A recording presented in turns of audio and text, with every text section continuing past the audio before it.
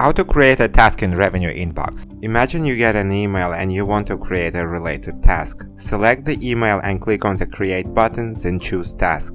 In the dialog box, subject will be pulled from the email automatically. You may change it if you wish. Populate due date and priority fields if you wish to.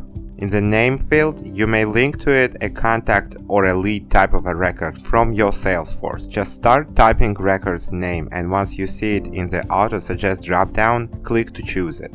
In the Related To field, you may also link an account, a case, an opportunity, or a product to it. Add description or leave it blank, and as an attachment, you may add EML file of the email and attachments from the email chain if any. If you don't see a field you want to populate, clear the Show Only Important Fields box to see more. Click Create and it will be created in your Salesforce Task tab, and it will appear in Task folder in your email client automatically, so it will be accessible from any device connected to your email. You will never miss a task with Revenue Inbox.